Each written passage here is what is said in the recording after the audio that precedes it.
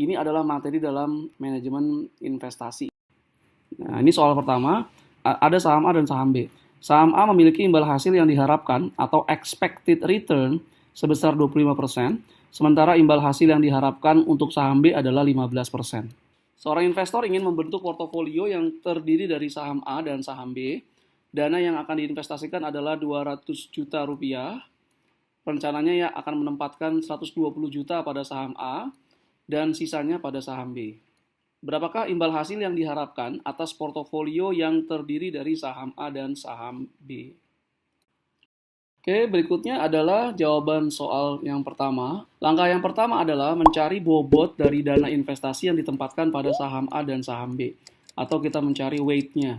Jadi berapa weight untuk saham A dan berapa untuk weight saham B. Bobot untuk sebuah efek itu adalah nilai yang diinvestasikan pada efek tersebut dibagi dengan total dana investasi yang dimiliki oleh investor. Jadi bobot atau weight untuk saham A itu adalah 120 juta yang ditempatkan di saham A. Dana investasi secara keseluruhan adalah 200 juta. Adapun untuk weight saham B adalah ini 80 juta. Dana yang ditempatkan di saham B dibagi total 200 juta atau 0,4. Nah, ini Anda harus lihat ya, WA plus WB ini harus sama dengan 1. Langkah berikutnya, kita menghitung tingkat imbal hasil portofolio. Jadi, tingkat imbal hasil portofolio yang terdiri dari saham A dan saham B ini, itu rumusnya adalah bobot yang investasi pada saham A kali imbal hasil yang diharapkan saham A, ditambah bobot pada saham B kali imbal hasil yang diharapkan dari saham B. Nah, kita dapat weight dari saham A adalah 0,6 atau 60%, kemudian imbal hasil yang diharapkan atas saham A itu adalah 25%. Kemudian 0,4 ini weight dari saham B, kemudian imbal hasil yang diharapkan saham B adalah 15%.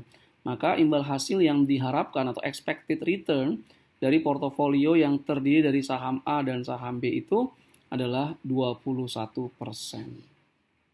Sekarang kita masuk ke soal nomor 2. Sebuah portofolio dibentuk dari dua saham, yaitu saham X dan saham Y. Saham X memiliki standar deviasi imbal hasil atau standar deviasi return itu sebesar 35%, sementara standar deviasi imbal hasil atau return untuk saham Y adalah 15%. Koefisien korelasi antara imbal hasil saham X dan Y adalah 0,45. Portofolio tersebut berisikan saham X sebanyak 40%, weight untuk saham X 40%, dan sisanya untuk saham Y. Nah, pertanyaannya adalah, berapakah standar deviasi dari portofolio tersebut?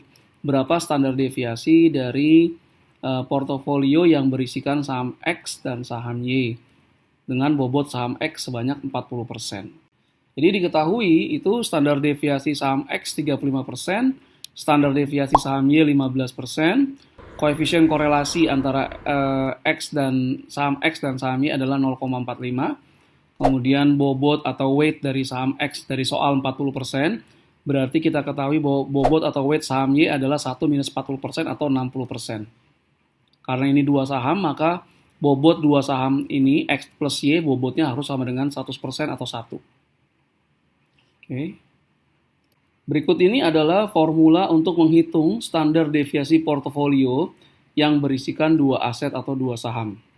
Jadi standar deviasi portofolio yang terdiri dari dua saham atau aset itu adalah W1 ini adalah bobot dari saham 1 kuadrat dikali dengan standar deviasi saham 1 kuadrat. Ditambah W2 ini adalah bobot dari saham 2 dikuadratkan dikali standar deviasi saham 2 kuadrat ditambah 2 kali W1, W2 kali standar deviasi 1, standar deviasi 2, dan ini adalah koefisien korelasi saham 1 dan saham 2. Nah, ini kemudian semuanya diakarkan 2. Oke. Nah, dari soal kita ketahui WX adalah 40%, 0,4, dan WY adalah 0,6. Kemudian standar deviasi X adalah 35%, dan standar deviasi Y adalah 15%. Kemudian koefisien korelasi saham X dan Y adalah 0,45. Berarti standar deviasi portofolio yang terdiri atas saham X dan Y adalah Akar 2 dari 0,4 kuadrat kali 0,35 kuadrat ditambah 0,6 kuadrat kali 0,15 kuadrat ditambah 2 kali 0,4 kali 0,6 kali 0,35 kali 0,15 dan kali 0,45. 0,45-nya ini adalah koefisien korelasi ya. Berarti kalau diakarkan 2, kita dapat standar deviasi portofolio yang terdiri dari saham X dan Y dengan bobot dan standar deviasi tertentu serta koefisien korelasinya adalah 19,76%. Sekarang kita beralih ke soal nomor 3. Tingkat suku bunga bebas resiko adalah 6%, ya. Ini risk free rate. Tingkat imbal hasil pasar yang diharapkan 18%, expected market rate, dan beta saham D adalah 1,3. Jadi kita ada tingkat suku bunga bebas resiko, ada tingkat imbal hasil pasar, dan beta saham D. Pertanyaannya adalah berapakah tingkat imbal hasil yang dipersyaratkan atau required rate of return untuk saham D dengan data yang ada seperti ini. Berikut ini adalah jawaban soal nomor 3. Diketahui tingkat suku bunga bebas resiko atau risk free atau RF adalah 6%. Tingkat imbal hasil pasar yang diharapkan atau RM adalah 18%. Beta saham D adalah 1,3.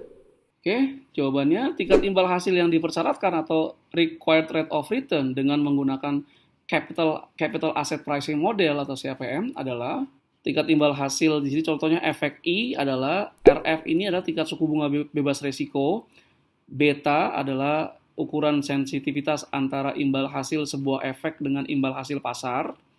Kemudian ini dikali dengan RM ini tingkat imbal hasil pasar yang diharapkan dikurangi dengan tingkat suku bunga bebas resiko atau risk free. Jadi tingkat imbal hasil dipersyaratkan untuk saham D adalah 6% ini risk free, 1,3 adalah beta saham D, 18% adalah tingkat imbal hasil pasar yang diharapkan, dan 6% adalah tingkat suku bunga bebas risiko.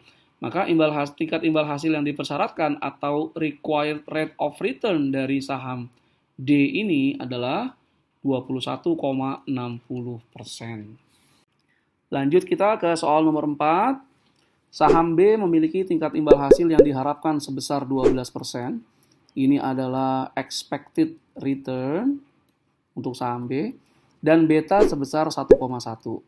Tingkat imbal hasil pasar yang diharapkan atau return market atau RM 8%, dan tingkat suku bunga bebas resiko atau risk free rate adalah 5%. Berapakah alfa untuk saham B? Oke.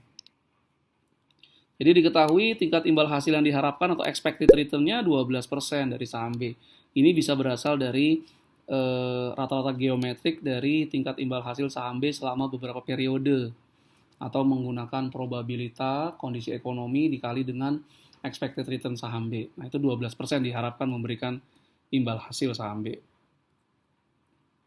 Tingkat suku bunga bebas resiko atau risk free 5%, tingkat imbal hasil pasar yang diharapkan RM-nya 8%, kemudian beta saham B itu adalah 1,1. Yang ditanya berapakah alfa saham B? Oke, pertama kita mencari tingkat imbal hasil yang dipersyaratkan atau required rate of return untuk saham B yang diperoleh dengan menggunakan capital asset pricing model.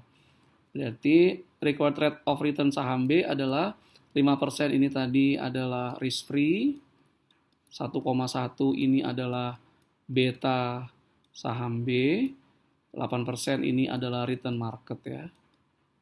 Jadi 8,3%. Jadi required rate of return itu 8,3%.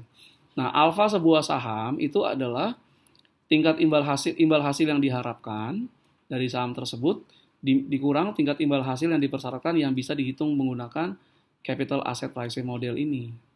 Jadi 8,3 di sini ya. Nah, dari soal kita dapatkan tingkat imbal hasil yang diharapkan adalah 12%.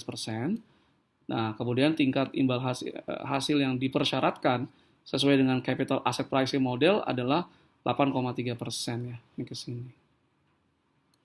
Nah, berarti alfanya itu adalah 3,70% positif.